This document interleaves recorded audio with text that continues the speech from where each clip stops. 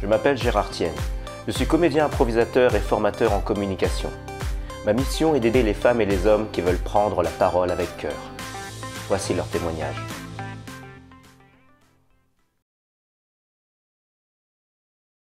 Bien, cool, super.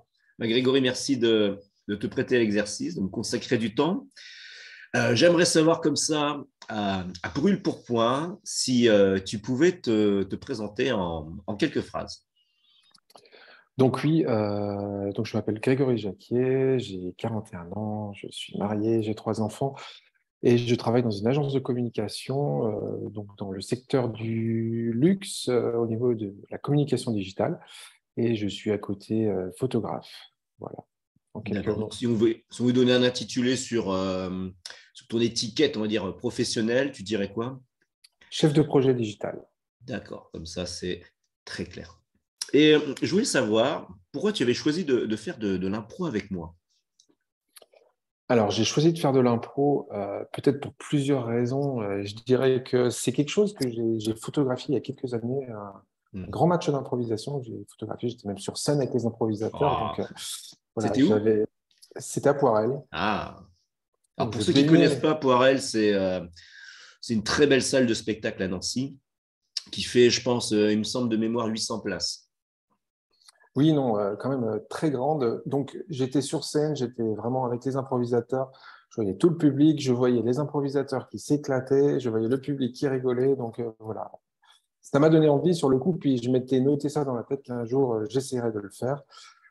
Puis c'est quand même quelque chose qui me plaît aussi, voilà, parce que peut-être que naturellement, je suis peut-être un peu timide aussi, et du coup, voilà, ça peut aussi décoincer certaines choses. Voilà, donc c'est pour ça que je me suis lancé. Et ce type de spectacle, c'était quoi alors? C'était un match, alors c'est très connu en francophonie, ou c'était autre chose? C'était un grand match d'improvisation, donc je sais plus, c'était l'équipe de France contre une autre équipe, mais je sais Ah. plus laquelle. Mhm.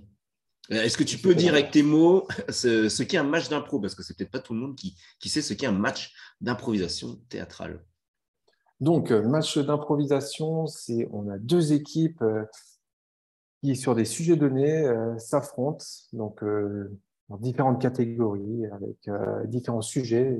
Les équipes doivent improviser sur un thème donné et le public juge quelle est l'équipe qui gagne à chaque fois. Et à chaque fois, je crois qu'ils mettent enfin je crois, je sais moi, qu'ils mettent un carton de couleur pour l'équipe qu'ils ont préférée.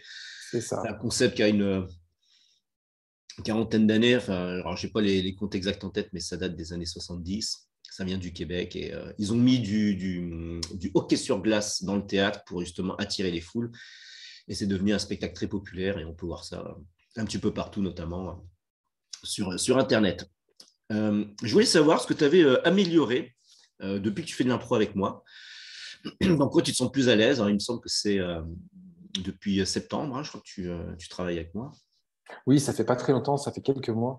Donc, en termes d'amélioration, c'est pas facile de faire comme ça un bilan, mais je dirais que oui, on commence à apprendre les bonnes habitudes sur le fait de réagir et surtout d'être à l'écoute de l'autre. Ça, enfin, je pense que c'est quelque chose qu'on n'a pas forcément, enfin, c'est pas forcément naturel d'écouter les autres.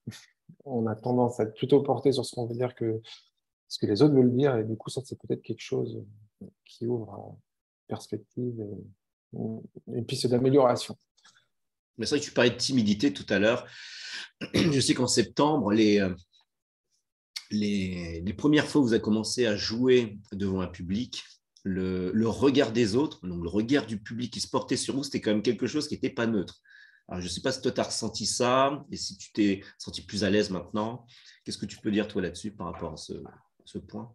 Oui, forcément. On nous demande de nous jeter dans une espèce d'arène où le public est là à nous dévorer des yeux et en fait à faire des choses pour lesquelles on n'est pas préparé et dont on ne sait pas ce qui va se passer dans les prochaines secondes et les prochaines minutes. Donc oui, c'est un peu déstabilisant les premières fois. Après, c'est vrai qu'on prend l'habitude au fil des séances, mais voilà, ça se passe bien. Est-ce que maintenant, tu te sens plus fonceur? Est-ce que tu sens que tu vas plus spontanément, même si tu ne sais pas ce qui va se passer dans les 30 secondes qui suivent, tu te jettes plus dans la bataille, si j'ose dire, dans l'histoire? Je me jette un peu plus facilement sur scène, mais après, je ne suis pas non plus le premier à me jeter à chaque fois. Mais oui, un peu plus facile qu'au début. Ouais.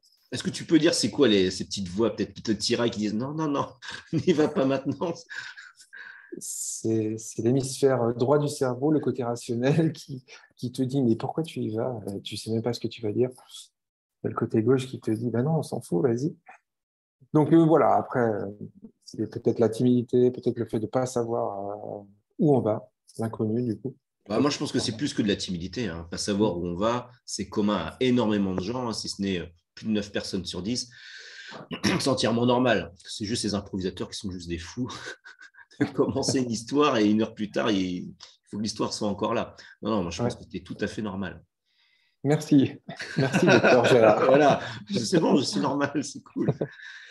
Mais c'est vrai que l'idée, c'est vraiment apprendre à danser avec le risque de paraître ridicule sur scène, le risque du blanc. Alors nous, de la page blanche, entre guillemets. Et c'est vrai qu'on on inverse les choses, comme les films d'horreur. Un film d'horreur, c'est fait pour avoir peur. Les gens, normalement, détestent ça, mais beaucoup de gens adorent ça. L'improvisation, on flirte avec le risque. Et au lieu d'avoir peur de ne pas savoir quoi faire et de faire un four devant un public, au contraire, on cherche cette excitation de la découverte en permanence. Exactement, oui. Et j'ai une dernière question. Est-ce que tu recommanderais de découvrir l'impro avec moi? Si oui, à qui? Et pourquoi? Alors, bien sûr que je suis complètement enthousiaste à l'idée de ce cours d'impro, avec toi aussi, parce que je trouve que tu apportes, on va dire, toutes les petites ficelles, les bases, les conseils.